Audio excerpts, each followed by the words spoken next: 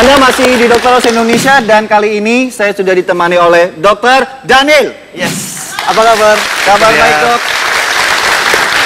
Di segmen ini saya ingin memberikan beberapa tips buat Anda untuk meningkatkan kemampuan otak dalam menjaga memori alias menurunkan resiko kepikunan. Kepikunan. Iya, bagaimanapun pertambahan usia ini meningkatkan resiko seseorang menjadi mudah lupa, bahkan tidak ingat, atau lebih berat lagi pikun. Pikun. Ya?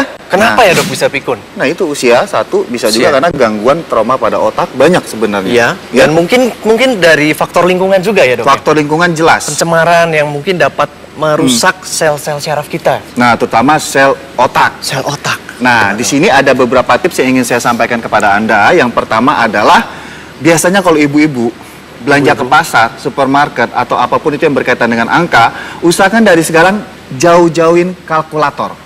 Usahakan untuk mikir sendiri. Misalnya ini harganya berapa? 3.450 ditambah yang satunya lagi 6.700, coba dihitung sendiri. Itu akan merangsang sel-sel saraf untuk berkembang atau menjaga kekuatannya. Jangan dimanjain otak atau bisa dengan teka-teki silang. Oke, jadi dilatih ya dokter Ian ya. Dilatih supaya tetap bisa on terus begitu ya. Nah, kedua adalah melakukan yoga otak. Yoga otak. Nah, yoga otak itu seperti apa?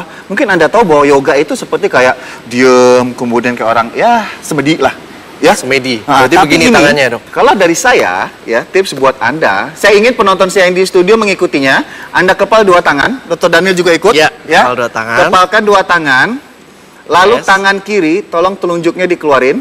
Telunjuk, tangan kiri. Tangan kanan kelingkingnya.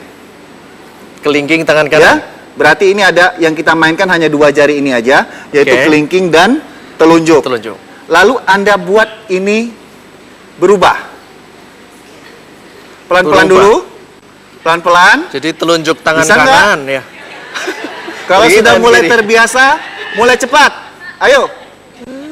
Yang penonton yang di rumah juga bisa mengikuti. Ini adalah salah satu cara yoga otak untuk meningkatkan kemampuan otak. Ayo. Dr. Daniel apa begini? Coba Dr. Daniel. Hap, hap, begitu dok. Betul ya? Belipet. Coba ibu-ibu gimana? Bisa nggak? Bisa? Oke, ini ya bisa dilakukan setiap hari, santai aja menjelang tidur atau lagi nunggu siapa ya. Ini untuk membantu otak kita supaya tidak mudah pikun. Supaya tidak mudah pikun. Mungkin ini dok ya, kenapa tangan kanan kiri? Mungkin supaya otaknya seimbang ya? Iya, jadi kita otak berusaha kanan, untuk otak kiri.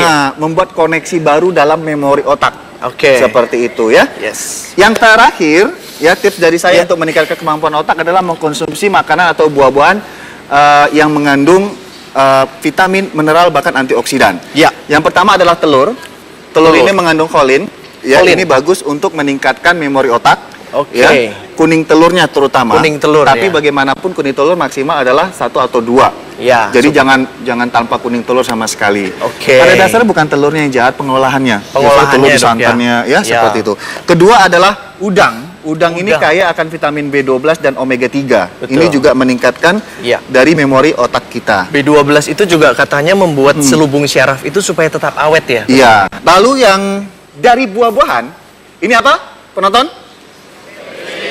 Ini raspberry. Raspberry. Raspberry benar.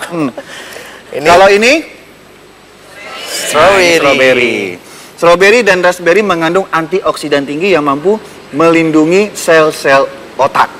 Antioksidan. Antioksidan yang tinggi. Berarti dia melindungi, menangkal dari paparan radikal bebas. Untuk Dr. Daniel.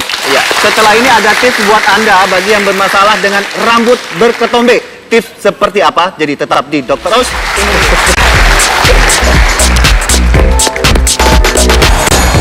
Ketombe merupakan masalah yang dialami oleh banyak orang. Simak tips sederhana mengatasi masalah ketombe Anda sesaat lagi di Dr. Oz Indonesia.